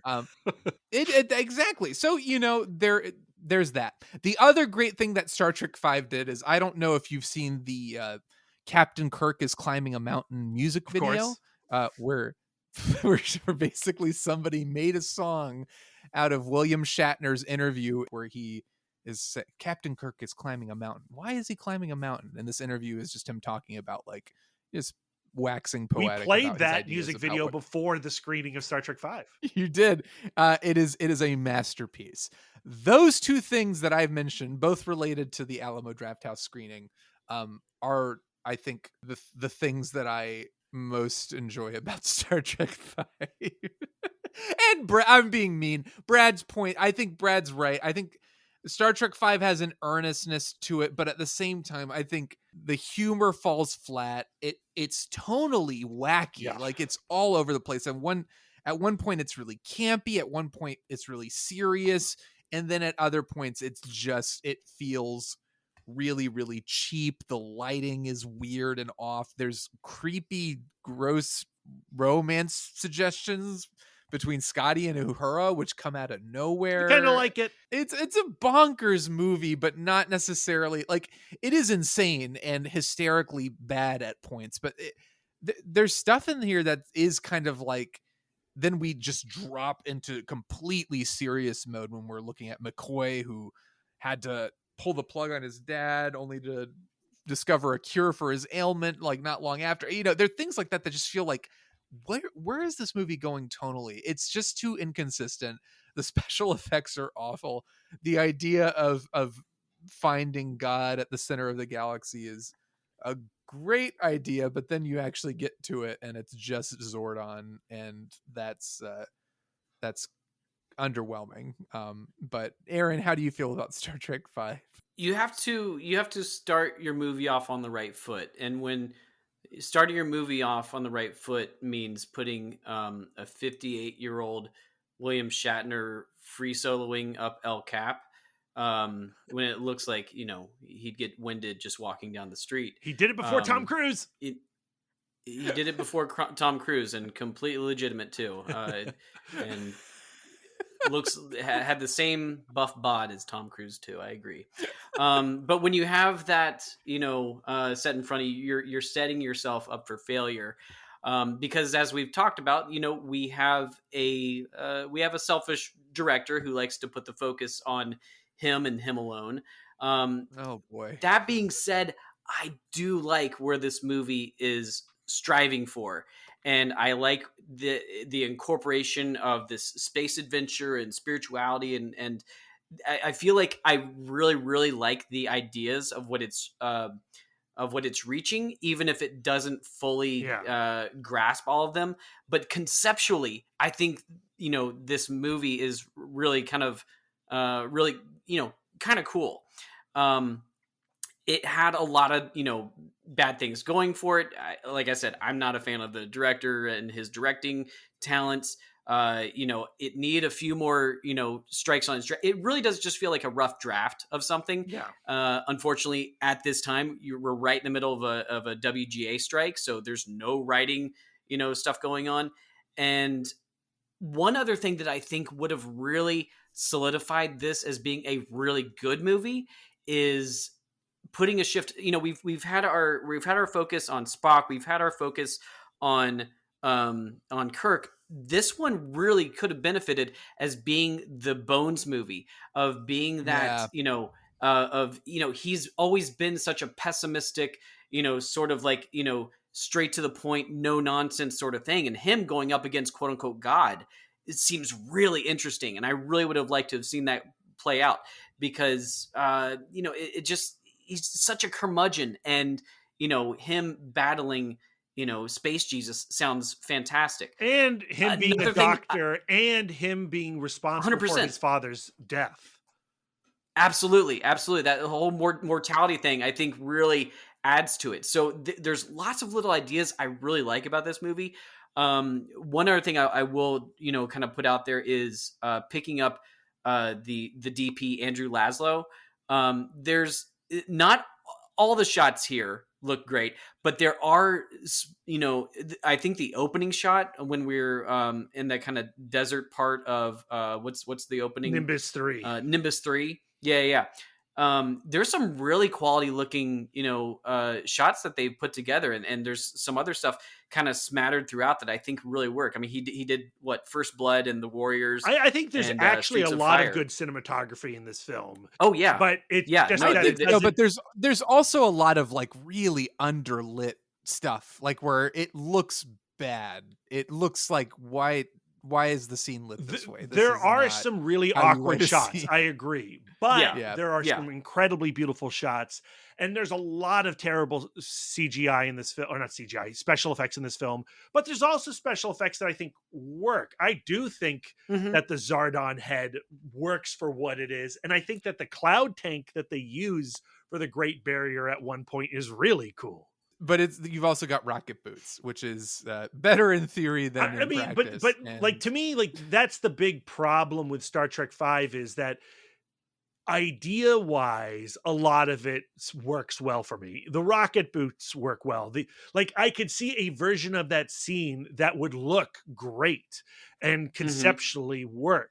It's just that this movie is being shot on a shoestring by a guy who doesn't have the talent to work with the budget that he has. And also he has no idea what tone is. Yes. I think I agree with all of that. And but there's also a weirdness to, I think Shatner's performance in this film is singular in that it's the most, this is going to sound really weird, especially because I'm talking about William Shatner, but it's like the most animated we've ever seen him in one of these films. But it's so odd and all I can think is to like Aaron's point. It's like, it's the Shatner show, and he directing himself. I don't know if something short circuited in his brain or if there wasn't a director to rein him in, but there's something about his performance. And he does like, I mean, there's good stuff with him. I need my pain. I need it. And what does God need with a starship? But there's like a weird, like, he's overly emotive. He's very energetic and like, what's going on? Like, the way he performs the role in this movie is so It's odd. over the top. There's a cartoon quality to it for sure. And I think if you listen to the commentary tracks of Nicholas Meyer's Star Trek films and him discussing how he approaches Shatner's acting, and how you really do have to like guide him through. It's so condescending the way that Nicholas Meyer speaks of him. But then you watch Star Trek 5, you're like, yeah, okay. Yes, he needs a director to kind of give him a talking to. There's also just a random note. There's a Klingon in this film who is a dead ringer for Jared Leto. And the bodybuilder Claw. It's the female. I think the female Klingon looks like Jared Leto. No joke. It could very well be Jared Leto. Okay. Also, I do want to go climb a rock shirt for Christmas. Yeah. I think that's certainly. I have one as well. But I knew you would. I knew it. See, can I say something? Can we truly trust the ratings of a man who has a go climb a rock shirt? I mean, that just screams about Star Trek. It screams ringer. All right, he's in it. Look, I just don't know if we can trust. You're not getting. Fair. Yeah. I mean, I fully admit that. Like, my ratings are emotion based. But I would also say that that's how all ratings are. If you were going to be really honest with ourselves, there's no subject as objectivism is a lie. Very, very true. But I think the reason I can't, like, as much as I'm like, oh yeah, I see the potential here. I think, to Brad's point, the shoestring budget, the major tonal shifts, and just this sense of cheapness and kind of undermining characters. Spock in particular, like Sybok being his half brother, and just like Leonard Nimoy's in general. I think after maybe he's just like, well, I'm not directing this one, so I'm just kind of gonna phone it in. I just feel like there's a general lack of interest from Nimoy. I don't think so. I don't know. Nimoy's really good in this movie, and I think that the Sybok Spock stuff, while not all of it works and certainly could use a script polish, I think there's a lot of quality stuff there that could have been really great. Yeah.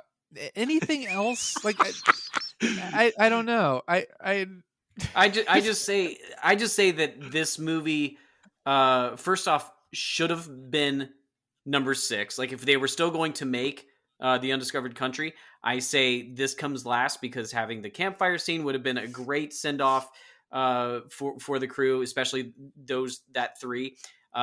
Getting Shatner out of the director's chair, having another pass at the script, and I think we would have had one of the best Star Treks. I think that this Star Trek is certainly the most in spirit of the original series, including tonal shifts, and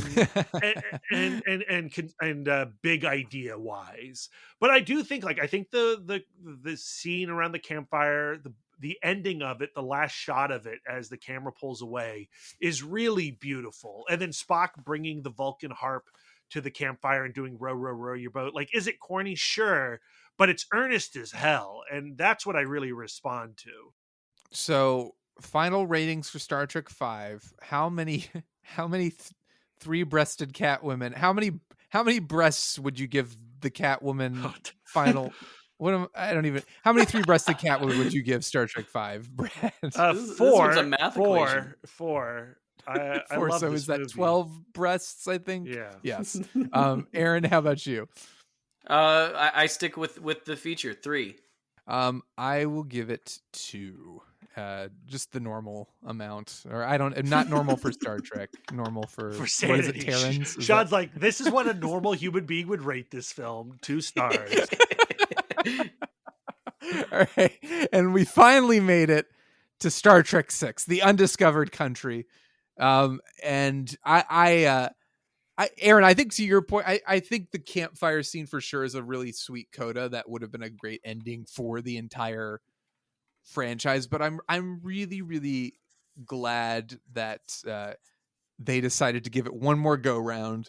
that they decided to give it to Nicholas Meyer, and that, again, this is another anniversary film. So this is the 25th anniversary in the midst of Next Generation being on the air and finally hitting its stride. And Star Trek 6 is just the big final send off for this crew. And I think it's this is the first time I've watched it in a while. And I remember watching it for the first time. It was on, like, I think it was like at the beach or something, and it was just on while we were hanging out in the hotel room, me and my dad and my brother, and we put it on, and I remember being so struck by how exciting the concept of like this kind of conspiracy thriller, which was an angle I hadn't seen in Star Trek before, and Kirk getting framed for the death of a Klingon leader. And I just remember being so struck by that. Like, what a cool concept for a Star Trek film. And getting to revisit it now, older, I still think that's such an awesome angle. And I think there's some really, really cool stuff here. But also it is a nice summation of this crew. It's a really wonderful way to end their career. And also Avengers Endgame totally ripped off the end credits, which I had forgotten about completely, but doesn't surprise me at all, knowing how big of a fan Kevin Feige is. But Aaron, how do you feel about Star Trek 6, The Undiscovered Country? I have a lot of fond memories. I think I said earlier, this is the one that I watched a lot as a kid. I'm not sure why. I think maybe because it was kind of like a simplistic sort of like storyline. It was the whodunit in space. You know, you had Star Trek characters, and you have an assassination with these floating blood globulates. Like, you know, I like that. I like the you know, going down to the space plant, or the planet where they are imprisoned. Rurapente. Yeah, the prison planet. What's that? Rurapente. Yeah, don't care. And Bastard.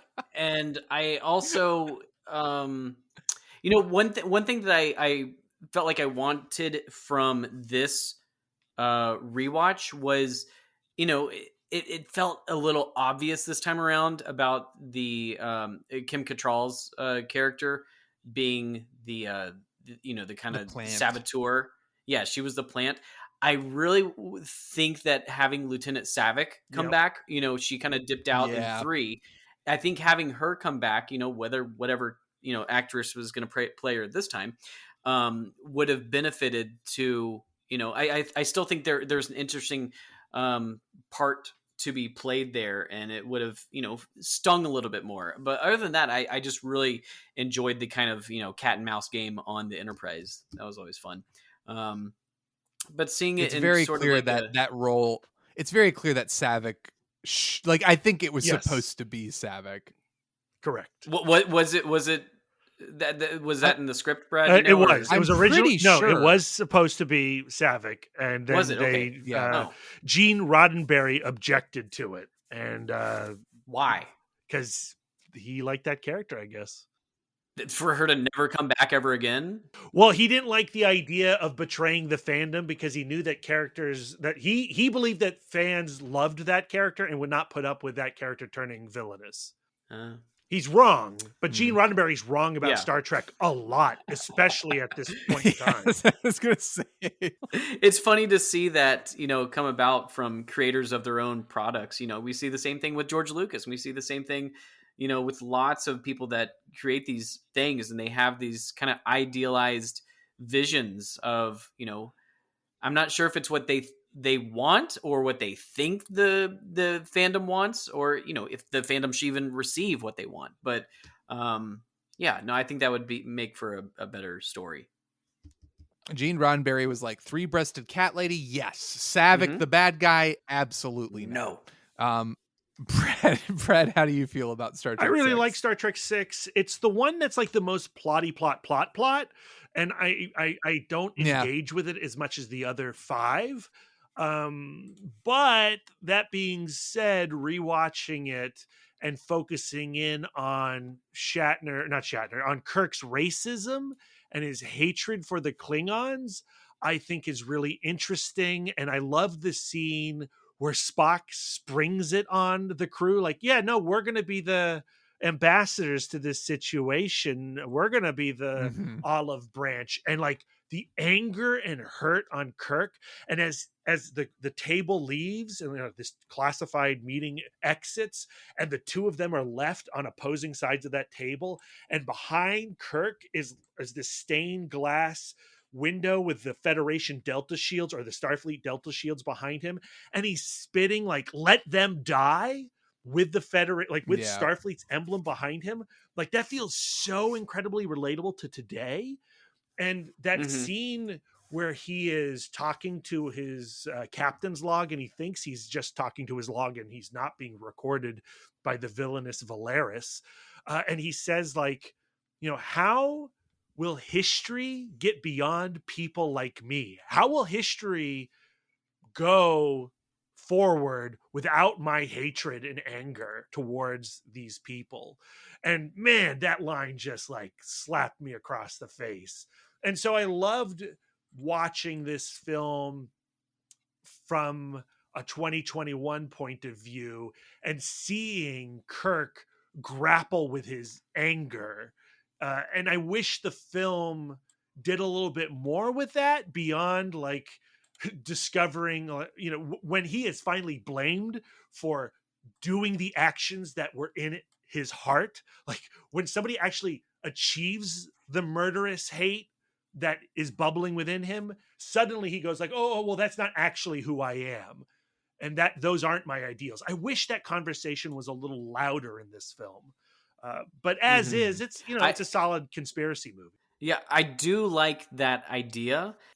My only problem with that is it felt suspiciously absent in the last two films. Now, 4, there's not, much Klingon interference, but in 5, he's buddying up and, trying to take down Space God. Well, no, like in 5, there are moments, and there are moments in 4 and 5 where there are like really casual racist opinions about Klingons dropped. Like, the ship smells. The food's giving me a sour gut. Okay, yeah.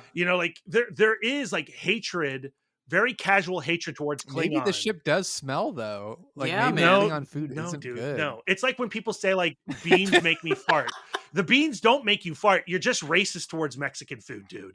That's what's going on in Klingon stuff. Oh, man. Well, no, what I was saying earlier about Wrath of Khan, which is like there is an actual character journey for Kirk. It's that he farts at the beginning and he doesn't fart by the end.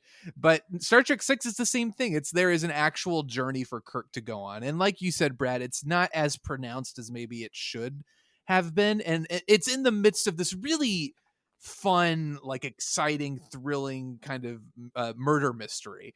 And I agree that the punch of like the twist is just not as good as it would have been if it had been Saavik. But I think the idea of Kirk learning a lesson or learning to like grow is really cool, and a really great celebration of Star Trek as somebody who feels one way and then through their experiences and just like opening up to new ideas is able to adapt and become the better version of themselves. Yeah, and there are these like moments, where the Klingon chancellor's daughter is like mocking, I think it's Chekhov, who says like inalienable human rights. Like, don't you even hear what you're saying?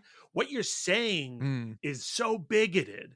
And by the end of the film, when Kirk finally gives that speech, he gives that speech because he's the hero and it's supposed to be this triumphant moment. I just wish like in the last third, there was a little more grappling with that side of the story, but it's there, and I'm impressed that it's there. I think it's there, and it is good. I think the film is concerned, maybe not more concerned, but for sure, I think there's a sense of like we've got to go out with a bang. It's got to be exciting, and I think for Meyer, I think the thrill of doing a murder mystery is what dominates a lot of the attention and bandwidth of the film. Well, and also, I mean, he is clearly doing a Cold War story, right? Like, yes. It is the Klingons are the Soviets. There's again great character stuff. I love the stuff between Spock and I don't remember her Valeris. name, not Saavik. Any other big highlights or moments that stood out to you guys in the movie? Christopher Plummer, we haven't talked about him as Chang. Yeah, Christopher Plummer's great. So good. I found the judicial scenes very relatable because it feels like you shouldn't be able to use those recordings in a. It just seems like the evidence wasn't produced in the proper way, and so pushing them down to the prison planet based on no evidence. It was relatable. And I love that that's like Worf's grandfather. Wait, what? Is that Worf's great? I thought they call Yeah, him they call Worf, him Worf. though? Yeah, Colonel Worf. Wait. Time out. Did I miss that? It's not Worf? It's not actually Worf. It's a relative to Worf. Well, I don't know this. Yeah, I think Star Trek 6 is a really, again, 25th anniversary movie, also send off for the original crew. I think it works on both those levels. It brings some new angles to Star Trek that we haven't seen before. It's really cool that Nicholas Meyer got to come back, and I think I'm sorry, Brad, but I think it's a necessary and much appreciated course correction after 5 that kind of puts a nice little bow on the end of this franchise that I don't think would have been there. I mean, I agree. I like, again, 5 isn't great. I'm just saying I love 5. And I think I think it gets a bad rap. That's all I'm saying. So I guess how many CGI bloods would you give Star Trek 6 The Undiscovered Country, Aaron? 3.5 droplets. And Brad? 4. I'll give it 4. I think right there we go. 3. I would say at least 4 of the 6 films earned 3.5 from Aaron. But Can we rank the original series films? I mean, without just doing a ranking without the others. Yes. All right. So mine's very easy. Mine is 2, 4, 6, 1, 3, 5. Aaron, what is yours? Oh man. 2, 1, 4, 6, 5, 3. Maybe, I don't know. Okay, no, that sounds right. Brad, how about you? 2, 3, 4, 1, 5, 6. 6. Wow, 6 is the least favorite. It is. My goodness. And you still gave it 4 stars? Correct. Yeah, this is a roller coaster ride of an episode. My goodness. Boy. I can't wait to see all my ratings are appropriate to their rankings. I love this franchise. I love every single one of the first 6 movies. When we move into the other episodes, you'll hear some lower rankings, okay? We will see. I mean, this was an amazing conversation. This was certainly a roller coaster of emotions and thrills and chills and shocks. And I hope there were some twists and turns that the audience enjoyed. There were certainly ones that I enjoyed. And I cannot wait to hear what both of you have to think about The Next Generation. Thank you, gentlemen. This has been an absolute pleasure. I think we've boldly gone, and we will continue to boldly go in these next episodes. In the meantime, where can the people find you guys on the internet? Brad, we'll start with you and all the wonderful things you're doing. You can find me on all social medias at MouthDork. If you want to read an interview that I did with Douglas Trimble, you can find it over at Film School Rejects. You can also find my defense of both Star Trek 5 and Star Trek the Motion Picture over at Film School Rejects. And Aaron, how about you? You can find me on the socials, usually Twitter, Instagram, and Letterboxd at A Cool Hand Fluke, where I will write things about all the Star Treks and give them middling reviews, I guess. And I'm at Shawn Dorman on Twitter. I'm Shawn Dorman05 on Letterboxd. Find me there. And also, Brad, he has a wonderful podcast called the Comic Book Couples Counseling Podcast that everybody should go check out, that he does with his wife, Lisa. Yeah. And Aaron and Brad, though they're on temporary hiatus, you can go and listen to the Rest in Pictures podcast. There are episodes of plenty. Yeah, there's 30 episodes over there. Go listen. And then after you're done with that, come back and listen to the Next Generation episode. Brad and Aaron, thank you again. Always a pleasure. And thank you, everybody, for tuning in. We will see you at the movies.